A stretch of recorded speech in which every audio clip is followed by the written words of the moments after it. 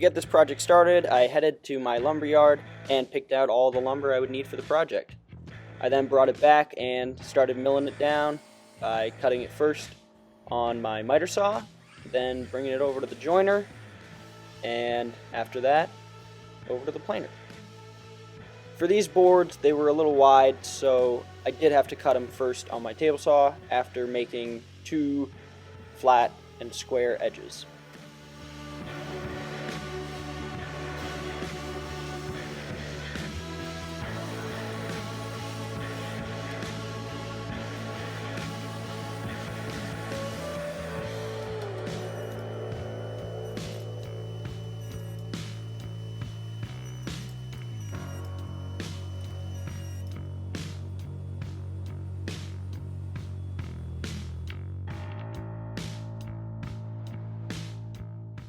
For the legs, I went with 10-quarter walnut so that I could get 2 by 2 legs.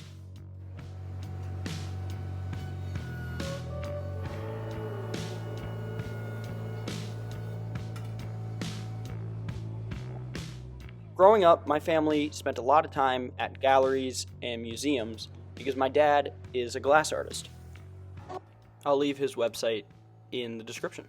I always saw all these pieces that people created at these museums as really cool things, but I never looked at woodworking in that sense before, when I did.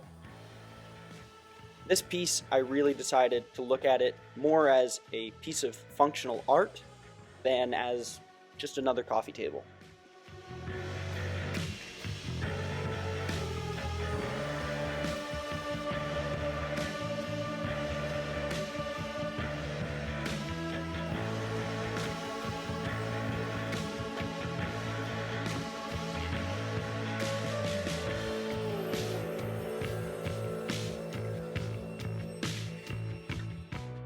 After I finished milling up all the walnut, I began with my maple.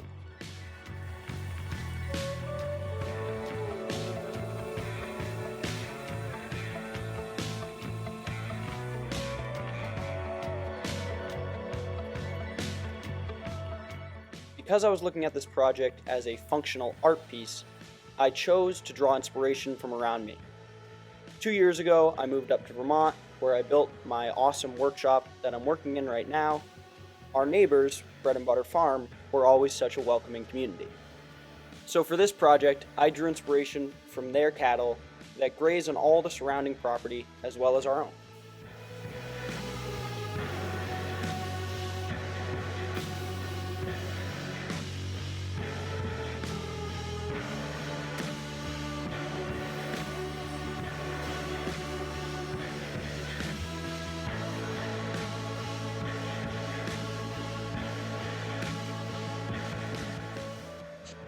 This is the part of the project that I'm most excited about. This is the part that I envisioned first.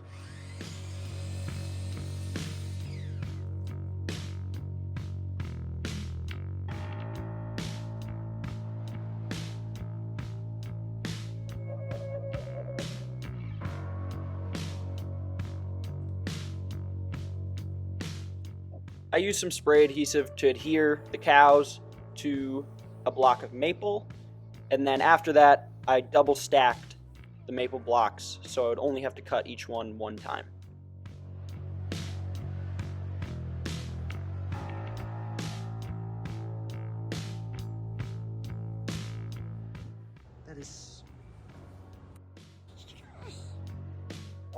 As you can tell, I was very happy with how this was going to go.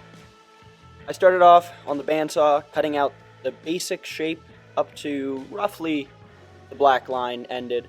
Then I came over to my Triton spindle sander and sanded away before I had to start a lot of work using my Dremel.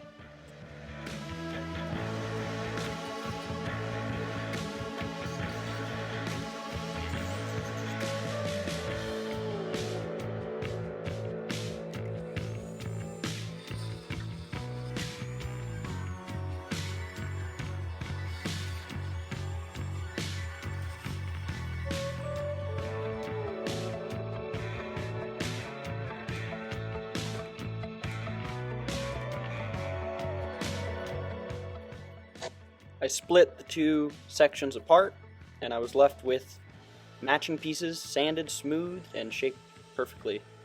I only had to do a little bit more hand sanding afterwards to clean up any burn marks.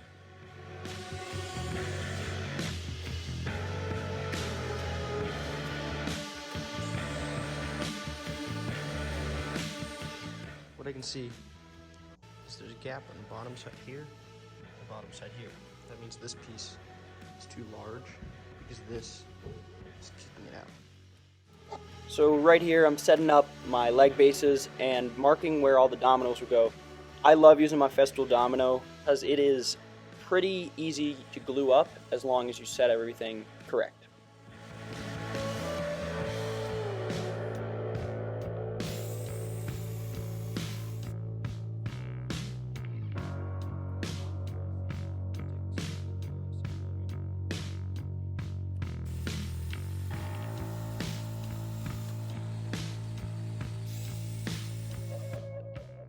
When using dominoes, I test fit every single piece just to make sure that my glue up will go perfectly smooth, because once that domino is in there with some glue, it's not coming out.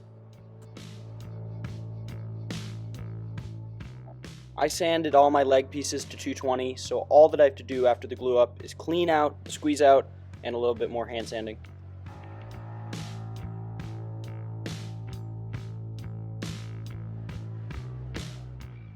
For some reason, I could not figure out how to use the domino at an angle to set my rails until I thought about putting a little CA glue and a little scrap onto my domino face so that the domino was set at that 5-degree angle, same as the legs.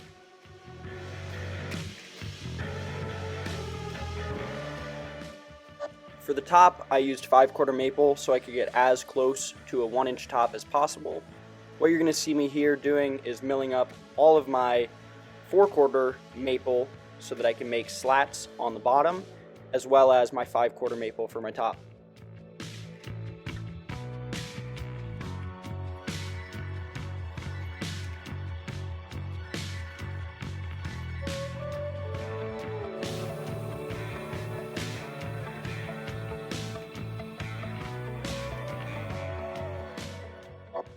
After sanding down the faces of my slats and giving them a nice chamfer to make the piece look a little lighter, I glued everything in place and left it to dry overnight.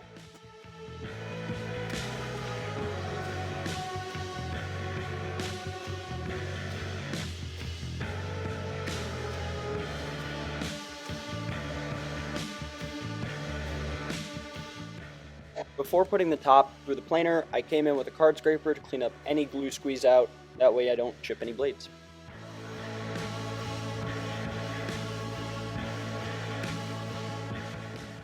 I also glued up my tops a little oversized for my 20-inch planer, so I came back beforehand to cut it to exactly 20 inches so it would fit perfectly through my planer.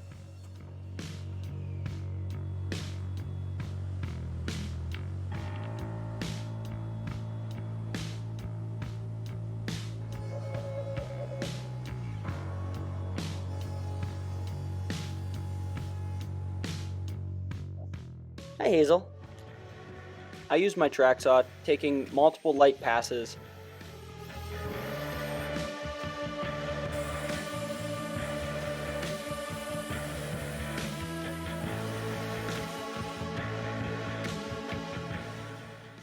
Yahoo! More sanding. To be honest, I spent about 14 hours doing any chisel work and sanding after that glue up to make sure that this piece was perfect. I had a lot of hand sanding, a lot of sanding with my ETS, a lot of sanding with that Delta sander. A lot.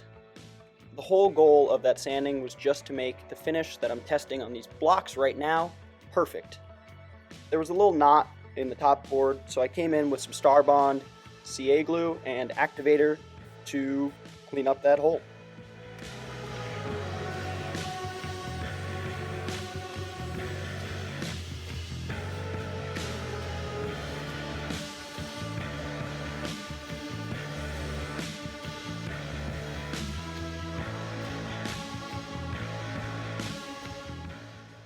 The top looked a little heavy after test fitting it on the base, so I cut a chamfer on each edge.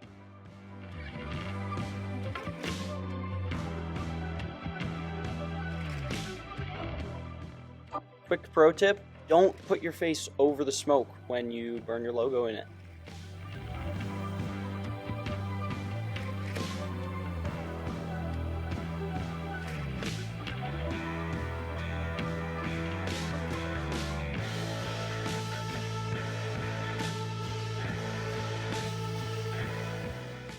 For the finish, I used Old Masters polyurethane. As you can see by the sun going, it took about an hour each time I put a coat of finish. I ended up doing 2 coats on the base and 3 on my top.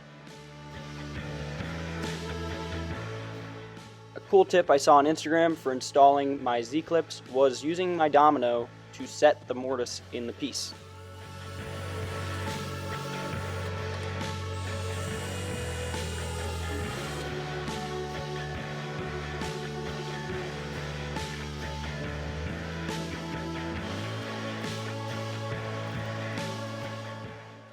Now all that's left to do is enjoy.